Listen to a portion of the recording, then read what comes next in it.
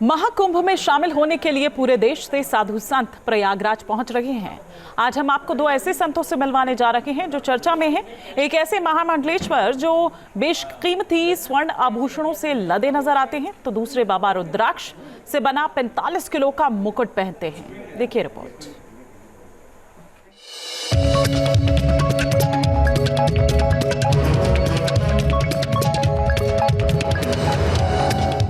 सिर से पैर तक सोना ही सोना, चमकते दमकते स्वर्ण से लदे हैं बाबा, इसलिए इन्हें गोल्डन बाबा भी कहते हैं। महाकुंभ मेले में आप किसी से भी गोल्डन बाबा का जिक्र का पता पूछें तो वो आपको आवाहन अखाड़े के आचार्य महामंडलेश्वर पीठाधीश्वर अरुण गिरी के दरबार में ले जाएगा, जहां आपका साक्षात्कार एक ऐसे संत से होगा जो अपने आध्यात्मिक ज्ञान, पर्यावरण प्रेम के साथ भारी भरकम सोने के आभूषणों के लिए भी मशहूर है। इनके हाथों में सोने के कंगन और गले में कई गोल्डन हार हैं। माला में बड़े बड़े लॉकेट लगे हुए हैं। बाबा ने हीरे से जड़ी घड़ी पहनी है। इतना ही नहीं, उनका चश्मा भी सोने का है। कलाई में कई मोटे मोटे कड़े हैं, ये भी सोने से बने हैं। सोने के जेवरात से लदे होने के कारण उन्हें गोल्डन बाबा भी कहा जाता है। महामंडलेश्वर अरुण गिरी महाराज लग्जरी गाड़ियों से चलते हैं। आमतौर पर साधु संत मोह माया से दूर रहते हैं, वो सादा जीवन जीते हैं। लेकिन महामंडलेश्वर अरुण गिरी को सोने के आभूषणों से इतना प्रेम क्यों है, जब आप खुद उनसे ही जानिए। आपने सोने के लाखों रुपए के ये जेवर है, ये गहने हैं, इसको आपने पहन रखा है, ये क्यों है?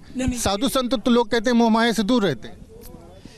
देखिए, हमारे नारायण श्री यज्ञ नारायण भगवान इतने धनवान हैं, और यज्ञ जो है बहुत आत्मा से जो धनवान व्यक्ति है वो यज्ञ करता है, यज्ञ मन से, शुद्धिकरण से। जब भगवान इतने धनवान हैं तो हम लोग धनवान के, उस धनवान के प्रतिनिधित्व करते हैं, उनके द्वारपाल हैं, भगवान की पूजा पाठ करते हैं।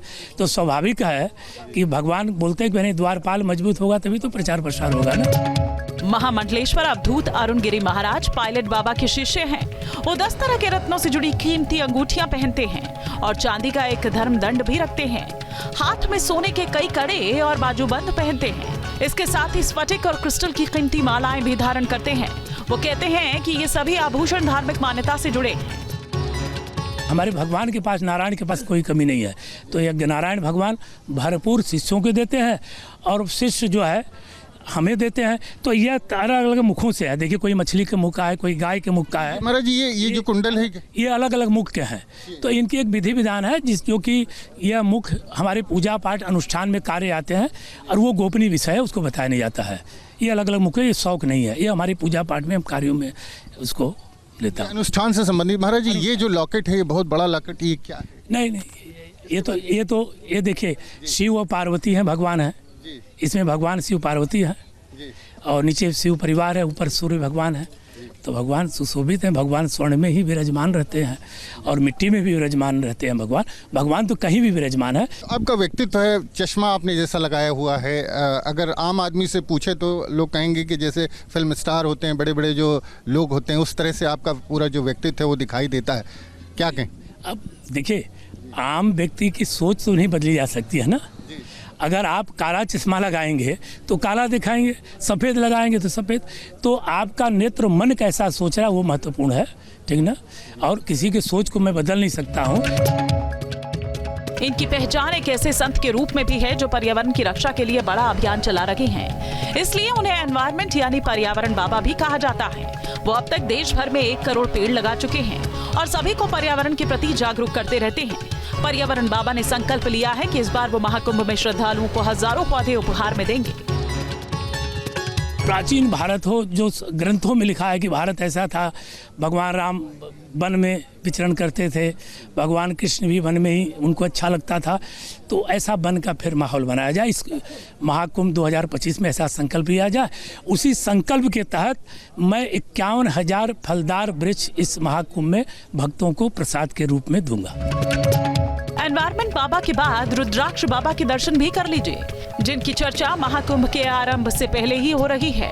हठ योगी रुद्राक्ष बाबा अपने सिर पर 45 किलो रुद्राक्ष का वजन लेकर चल रहे हैं। आवाहन अखाड़े के शिविर में रुद्राक्ष वाले बाबा लोगों का ध्यान खींच रहे हैं।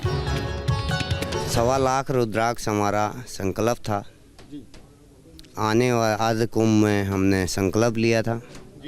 1.25 लाख से संख्या बढ़ के 2.25 लाख रुद्राक्ष हो गए हैं। मालाएं गिनती अगर 1.25 लाख की गिनती करें तो दाने जो है 925 माला में 1.25 लाख बनती है। और इस टाइम पर मालाओं की संख्या गिनी जाए 2500 से भी ऊपर जो है मालाएं पड़ चुकी है। वेट इसका 45 किलो है। और संकल्प हमारा 12 साल का है। डेली का जो है 12 घंटे की तपस्या है, सुबह से लेके शाम तक। एक मुखी से लेके जितने अनेक 5 मुखी, 7 मुखी, 6 मुखी, 12 मुखी, 16 मुखी, 21 मुखी तक दाने इसमें सभी। बाबा ने अपने मुकुट में करीब 2200 रुद्राक्ष मालाएं सजाई हैं। इतना ही नहीं, वो रुद्राक्ष से बनी सदरी भी पहनते हैं। ये हठ योगी बाबा कहते हैं कि वो भगवान शिव को प्रसन्न करने के लिए तपस्या कर रहे हैं। बिना रोए तो माँ भी दूध बच्चे को नहीं पिलाती। तो हम तो भगवान स्वयं शंकर भगवान को प्रस्तुत कर रहे हैं कि उसको मना रहे हैं, उसके लिए हठ योग कर रहे हैं। तो भगवान को प्रसन्न, तो परेशानियां तो होती रहती है। इसी का नाम तो साधु है। तप करेंगे, भजन करेंगे, जप करेंगे, जब ही उसको प्राप्त कर पाएंगे। महाराज जो गीतानंद महाराज हैं वो खुद कह रहे हैं कि जब तक बच्चा रोता नहीं तब तक माँ भी उसको जो है उसका ध्यान नहीं रखती। उसी प्रकार जब ईश्वर के सामने वो इस तरह का हठ योग करते हैं, अपने शरीर को कष्ट देते हैं, तो ईश्वर प्रसन्न होते हैं और उनका जो संकल्प होता है उसको पूरा करने का आशीर्वाद देते हैं। तो ये प्रयागराज कुंभ में महाराज जो गीतानंद महाराज हैं वो पहुँचे हैं और पूरे कुंभ में रहेंगे। फिर अगले साल जब अर्ध कुंभ लगेगा, अगले 6 साल बाद, तो उसके बाद महाराज जी का संकल्प पूरा होगा। उसके बाद ये इन रुद्राक्षों को उतारेंगे। लेकिन 12 घंटे तक 45 किलो वजन सर पर लेके चलना किसी हठ योगी के ही बस की बात है। वीडियो जर्नलिस्ट विजेंद्र कुमार के साथ Manvendra Pratap Singh, news nation, Prayagraj. News nation अब व्हाट्सएप पर खबरों के ताज़ा अपडेट के लिए न्यूज़ नेशन के इस QR कोड को स्कैन करें।